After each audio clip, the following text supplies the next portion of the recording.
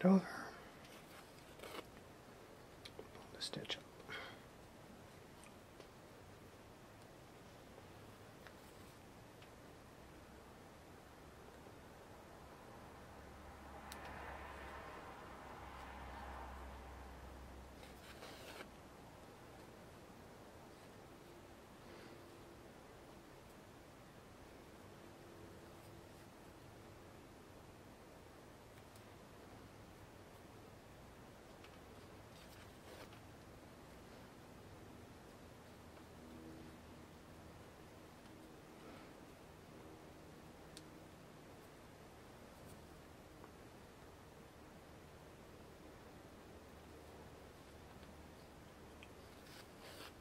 Baroness Anne is a friend of mine. I might have mentioned that I met in November in 2008 when we both were at the costume colloquium for Janet Arnold in Florence, Italy.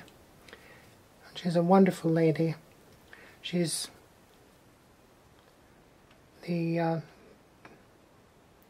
I believe she is the kingdom cheesecake maker for her kingdom, because she is so skilled at making wonderful cheesecakes.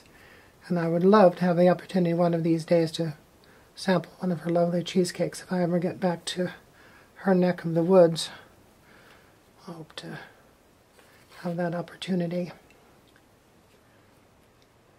Anyway, see, this goes very quickly. I know a lot of people complain, oh my gosh, all those lacing holes. But it really is the kind of thing that you can do when you're watching telly. You can do it, you know, in the afternoon when you're sort of sitting around relaxing. I find it relaxing to do. I don't find it tedious or agonizing, although I hear a lot of people complain of it. But it's the period method, and it really does make your period clothing much more authentic. And these, of course, would be the same kind of lacing holes that you would use on a garment, that you would use on a corset. All kinds of fastenings in the 16th century were done with bound lacing holes like this. And this is what this really is just a simple buttonhole stitch. And this same binding stitch would be used to make period buttonholes. Let's go back even farther.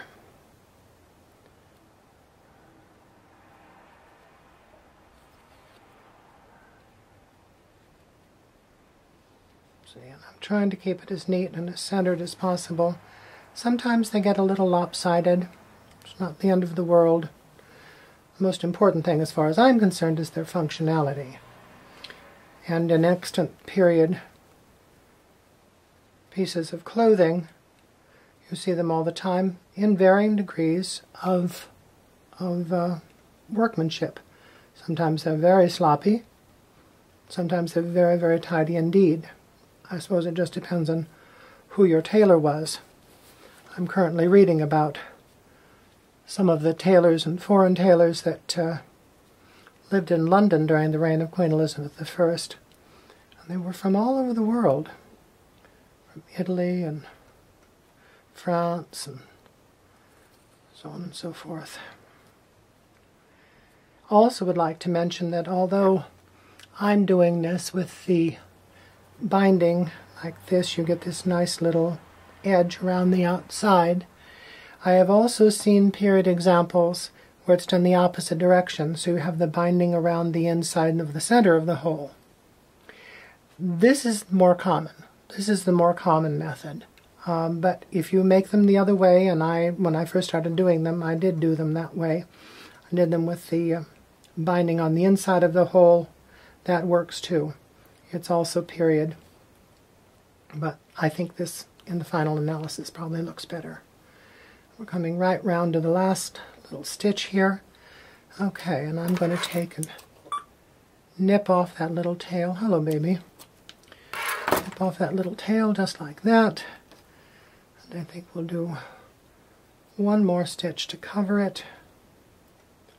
Just coming up very close to the first stitch. Pull the thread over. Pull it taut. This is all experience, and